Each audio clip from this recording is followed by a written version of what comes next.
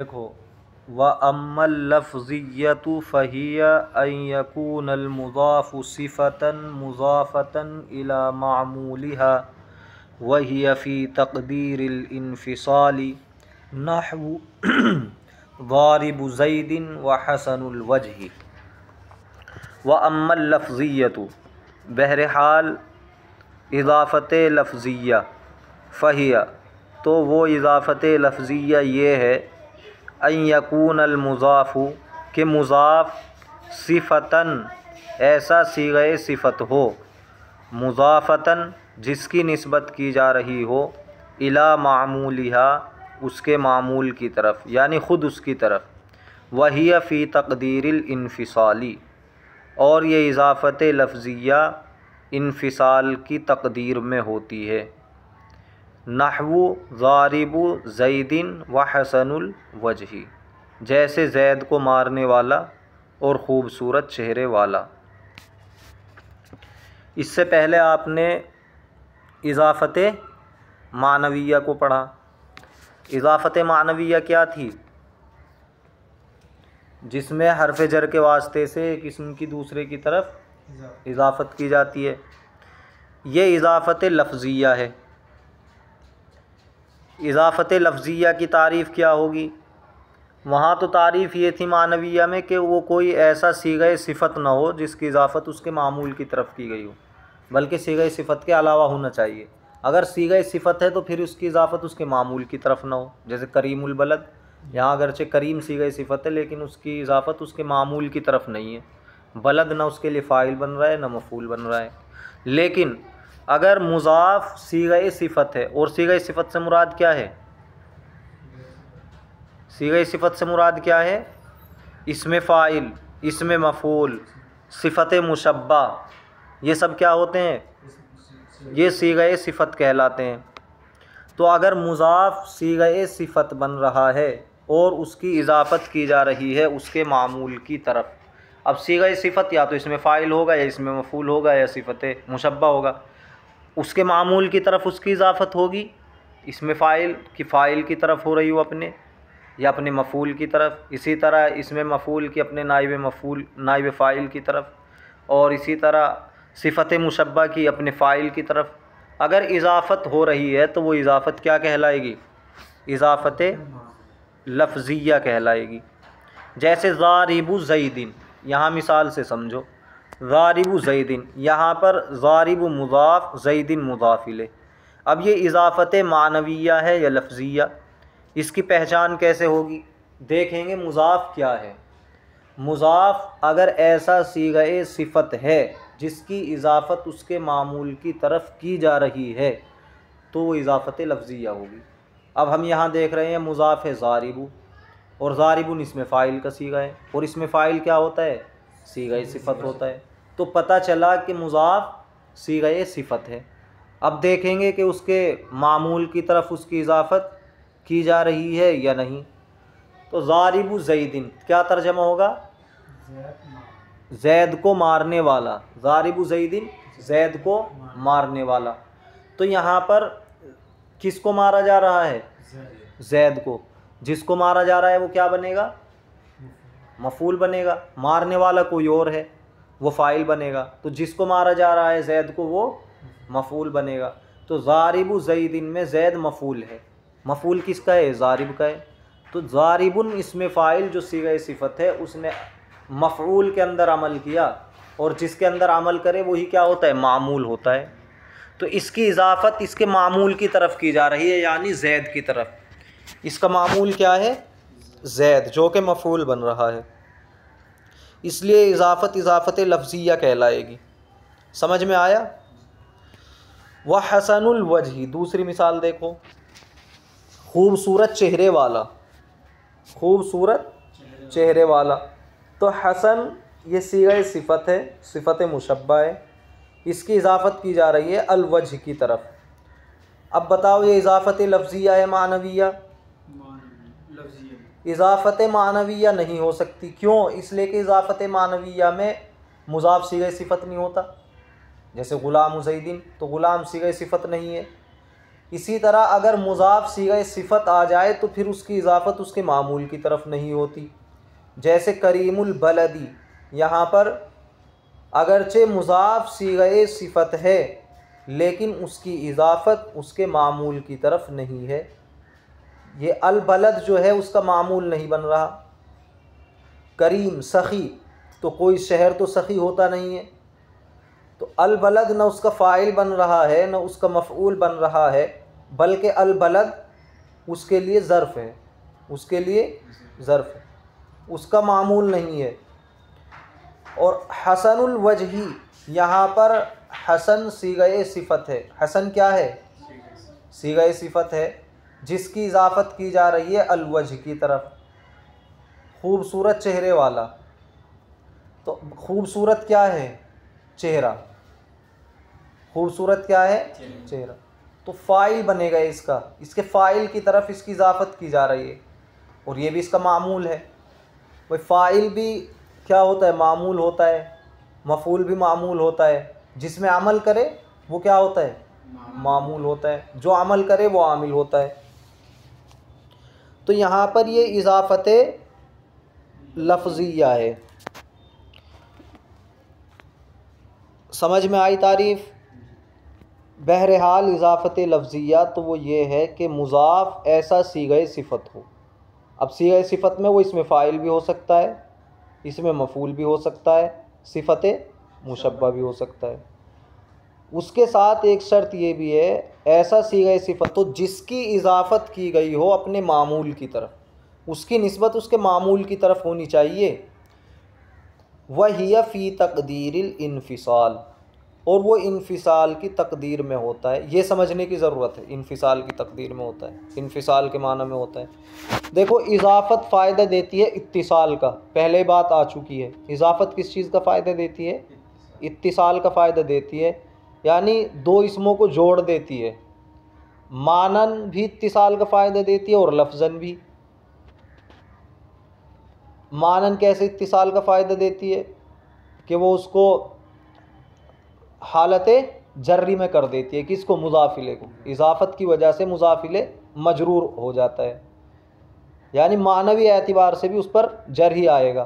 ایسا نہیں ہے کہ ظاہر میں جر دے دیا ہو لیکن حقیقت میں وہ دوسری حالت میں ایسا نہیں ہے، بلکہ وہ معنوی اعتبار سے بھی مجرور ہوتا ہے.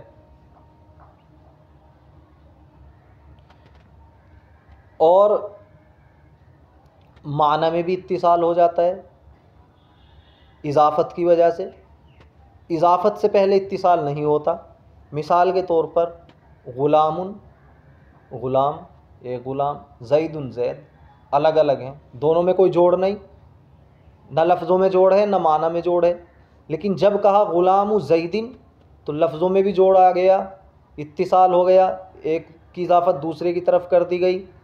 اس کا اثر یہ ہوا کہ مضافلے پر جر آ گیا، اور جو احکام مضاف کے ہیں وہ اس پر لاگو ہو گئے کہ تنوین نہیں آئے گی، الف لام نہیں آئے گا.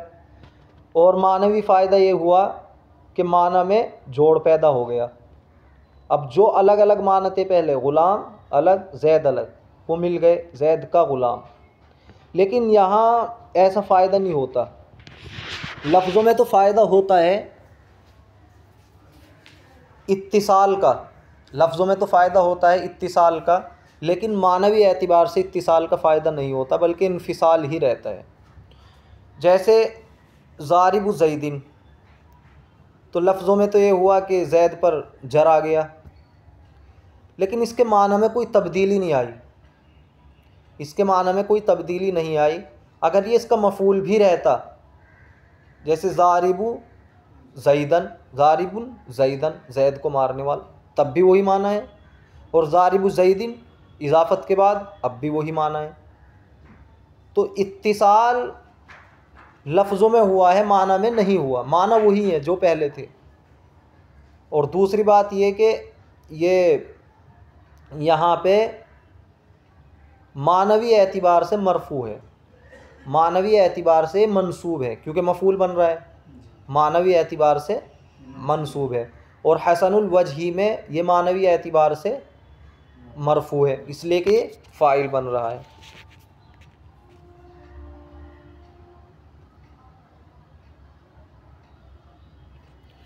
تو سمجھ میں آیا، معنی کے اندر جو اتصال ہونا چاہیے تھا وہ حاصل نہیں ہوا، یہ حاصل ہونا چاہیے تھا معنی کے اندر ان اتصال، اس طرح کہ زید معنوی اعتبار سے بھی مجرور ہوتا، وجہ معنوی اعتبار سے بھی مجرور ہوتا، لیکن معنوی اعتبار سے ضارب زیدن میں زید منصوب ہے اور حسن الوجہ میں وجہ مرفوع ہے۔ تو سمجھ میں آیا، اضافت فائدہ دیتی ہے اتصال کا لفظوں میں بھی اور معنی میں بھی، جیسے غلام زیدن لفظوں میں بھی اتصال ہوا، معنی میں بھی اتصال ہوا، معنوی اعتبار سے وہ مجرور ہے زید، تو یہ تو اضافت معنویہ میں۔ لیکن یہ اضافت لفظیہ جو ہوتی ہے، یہ لفظوں میں تو اضافت کا فائدہ دیتی ہے، اتصال کا فائدہ دیتی ہے، لیکن معنوی اعتبار سے انفصال ہی رہتا ہے، اتصال کا فائدہ نہیں دیتی ہے۔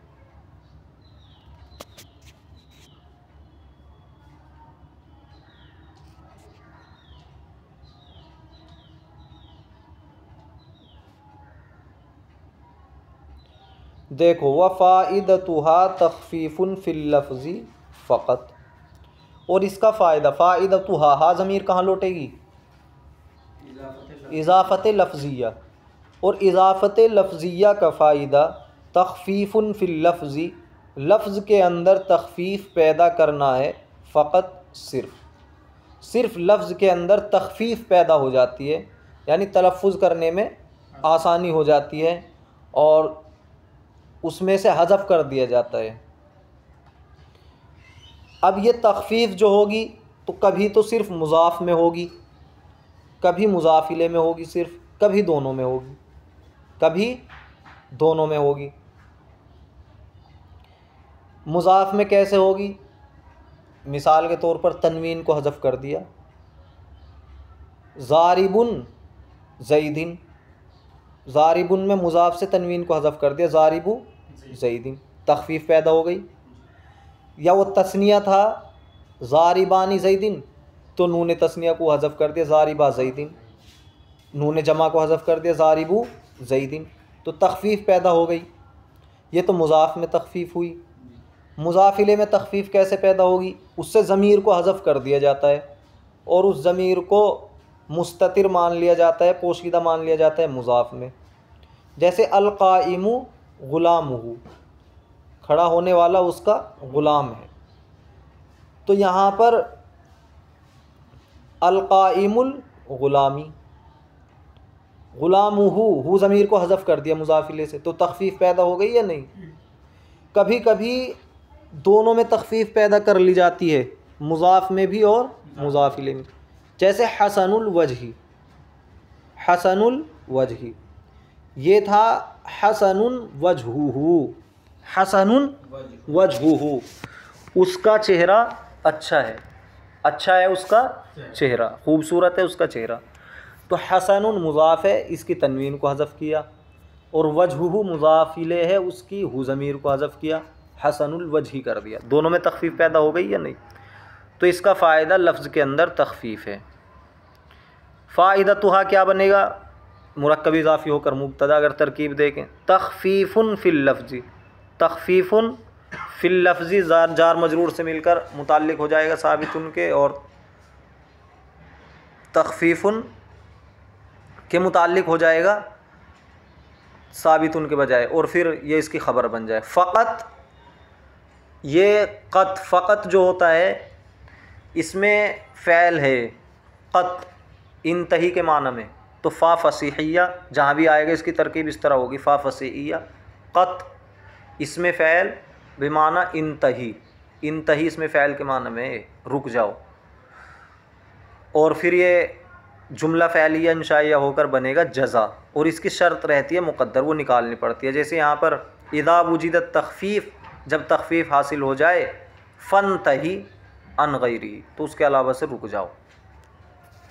تو یہ سمجھ میں آیا یہاں تک؟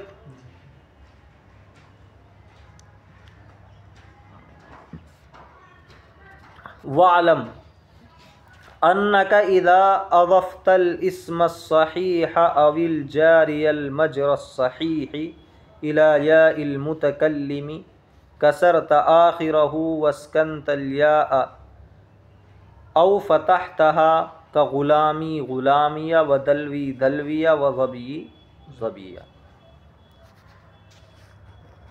جان لیجئے کہ جب آپ اسم صحیح یا جاری مجرا صحیح کی اضافت کریں یا متکلم کی طرف تو آپ اس کے آخر کو کسرہ دیں گے اور یا کو ساکن رکھیں گے یا کو فتحہ دیں گے، جیسے غلامی میرا غلام، دلوی میرا ڈول، ظبی میرا ہرن۔ یہاں سے مصنف علیہ الرحمہ یا متکلم کی طرف جن الفاظ کی اضافت کی جائے گی ان کی حالتوں کو بیان کر رہے ہیں کہ یا متکلم پر کیا اعراب آئے گا۔ تو اگر ہم یا متکلم کی طرف اضافت کر رہے ہیں اسم صحیح کی، صحیح آپ جانتے ہیں کسے کہتے ہیں؟ جس کے آخر میں حرف علت نہ ہو۔ یا جاری مجرا صحیح کی اضافت کر رہے ہیں یا متکلم کی طرف، جاری مجرا صحیح جس کے آخر میں بتاؤ، جس کے آخر میں حرف علت ہو، جیسے دلون ظبیون، یہ سب کیا ہے؟ جاری مجرا صحیح ہے۔ تو اب اس اسم صحیح یا جاری مجرا صحیح کے آخر والے حرف کو کسرہ دیں گے، کیونکہ یا متکلم کی طرف اضافت کر رہے ہیں تو یا کی مناسبت سے اس کے ماقبل پر کیا آئے گا؟ کسرہ آئے گا۔ اور یا کو کیا دیں گے؟ یا کو ساکن رکھیں گے یا پھر یا کو فتحہ دیں گے۔ جیسے غلامی، تو غلام اس میں صحیح ہے جاری مجرا صحیح؟ بتاؤ، اس میں صحیح ہے جاری مجرا صحیح؟ تو غلامی اس میں غلام کی اضافت کی جا رہی ہے یا متکلم کی طرف۔ اب بتاؤ غلام کیا ہے؟ غلام صحیح ہے، غلام اس میں صحیح ہے، اور اس میں صحیح کی اضافت کس کی طرف کی جا رہی ہے؟ یا متکلم کی طرف۔ کیا ضابطہ پڑھا ہے آپ نے؟ اس میں صحیح کی اضافت اگر یا متکلم کی طرف کی جائے گی تو سب سے پہلے تو اس اسم صحیح کے آخری حرف کو کسرہ دیں گے، اور پھر اس کے بعد جو یا لا رہے ہیں یا متکلم، اس کی دو صورتیں ہیں، اسے ساکن بھی کر سکتے ہیں، اسے فتحہ بھی دے سکتے ہیں۔ جیسے غلام اس میں صحیح ہے، اس کو ہمیں بنانا ہے میرا غلام، یا متکلم کی طرف اضافت کرنی ہے، تو غلام کے میم پر کسرہ آئے گا یا کی مناسبت سے، اور یا پر سکون بھی آ سکتا ہے اور فتحہ بھی۔ غلامی غلامیہ، غلامی غلامیہ، دونوں طرح۔ دلوی دلویہ ظبی ظبیہ۔ دلون کیا ہے؟ دلون اس میں صحیح ہے جاری مجرا صحیح؟ دلون جاری مجرا صحیح ہے۔ اب اس کی اضافت یا متکلم کی طرف کی جا رہی ہے، تو یہاں پر بھی وہی ضابطہ ہوگا کہ اس جاری مجرا صحیح کے آخری حرف کو کسرہ دیں گے، اور یا متکلم جو اس کے آخر میں آئی ہے اس پر سکون اور فتحہ دونوں لا سکتے ہیں۔ تو دلوی دلویہ ظبی ظبیہ۔ وَإِنْ كَانَ آخِرُ الْإِسْمِ أَلِفًا تُثْبَتُ كَعَصَايَ وَرَحَايَ خِلَافًا لِلْهُذَيْلِ كَعَصِيَّ وَرَحِيَّ۔ اور اگر اسم کے آخر میں الف ہو، جس اسم کی اضافت ہم کر رہے ہیں کس کی طرف؟ یا متکلم کی طرف، اس اسم کے آخر میں کیا ہو؟ الف ہو، تو پھر کیا کریں گے؟ اس الف کو باقی رکھیں گے، جو اس کے آخر میں الف ہے اس کو باقی رکھیں گے، اس الف کو باقی رکھیں گے اور یہاں پر فتح آ جائے گا۔ جیسے عصا، رہا، ان کے آخر میں کیا ہے؟ اور اگر آخر میں الف ہے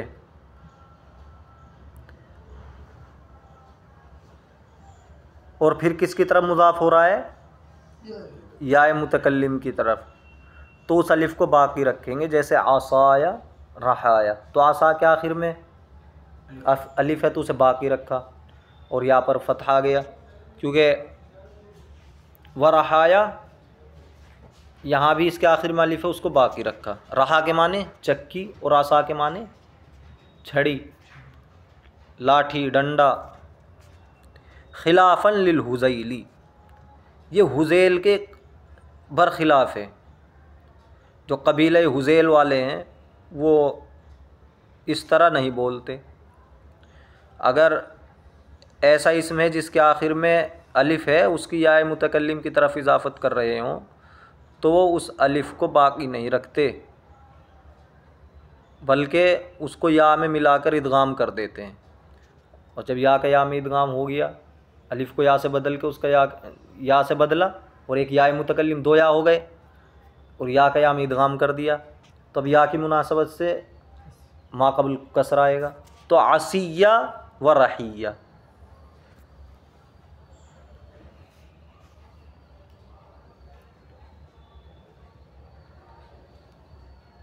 دیکھ رہے ہو، عصیہ رحیہ. تو رہا تھا اصل میں عصا تھا، الف کو یا سے بدلا اور یا متکلم اس کے آخر میں جوڑا، دو یا ہو گئے، دونوں کا آپس میں ادغام کیا اور پھر یا کی مناسبت سے ما قبل کو کسر دے دیا، عصیہ، میرا عصا، و رحیہ، میری چکی.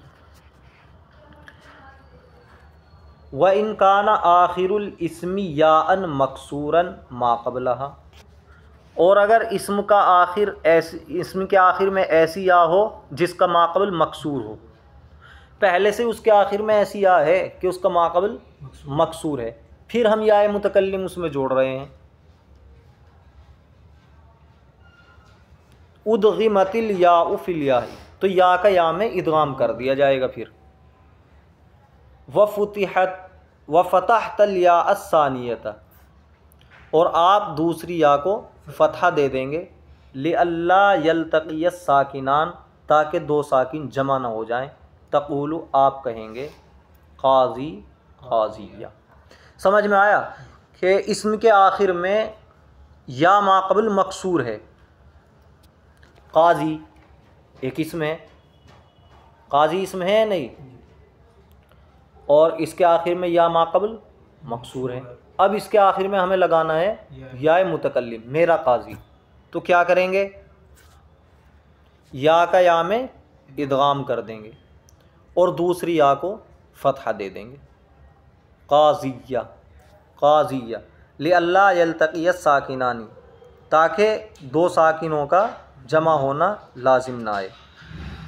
دو ساکن کیسے جمع ہو جائیں گے اگر ایسا نہ کریں؟ قاضی، وہ تو پہلے سے ہی ساکن ہے ایک یا، اور پھر ایک یا ساکن ہم جوڑ رہے ہیں، کون سا؟ یا متکلم والا. تو اگر دونوں کو ساکن رکھا ہم نے، قاضی، دو ساکن جمع ہو جائے، اس لیے آخر والے یا کو کیا کریں گے؟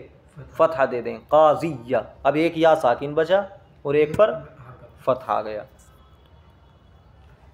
وَإِنْ كَانَ آخِرُهُ وَاوًا مَضْمُومًا مَا قَبْلَهَا، اور اگر اسم کا آخر واو ما قبل مضموم ہو، قلبتها یاءً، تو اس کو آپ یا سے بدل دیں گے.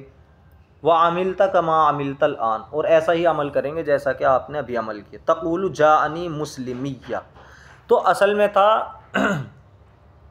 مسلمون، مسلمون تھا اصل میں. تو مسلمون تھا، نون تو گرے گا اضافت کی وجہ سے، جب یا متکلم کی طرف ہم اضافت کریں گے، نون گر گیا. اب کتنا بچا؟ مسلمو بچا. اب اس مسلمو کی اضافت یا متکلم کی طرف ہو رہی ہے، تو یہ ایسا اسم ہے کہ جس کے آخر میں واو ما قبل مضموم ہے، واو ہے اور اس کا ما قبل مضموم ہے، مسلمو. تو اس میں کیا کریں گے؟ تو ہم اس واو کو یا سے بدل دیں گے، مسلمو جو واو ہے اس کو یا سے بدل دیں گے، یا سے بدل دیا، اور ایسا ہی عمل کریں گے جیسا پیچھے کیا، جیسا قاضی میں کیا. یعنی یا کا یا میں ادغام کر دیں گے اور یا کو فتحہ دے دیں گے، اور تو ہو جائے گا مسلمیہ. مسلمیہ ہوا نا ابھی، لیکن یا کے مناسبت سے ما قبل میں کیا آنا چاہیے؟ کسر آنا چاہیے. مسلمیہ کے بجائے مسلمیہ ہو جائے گا.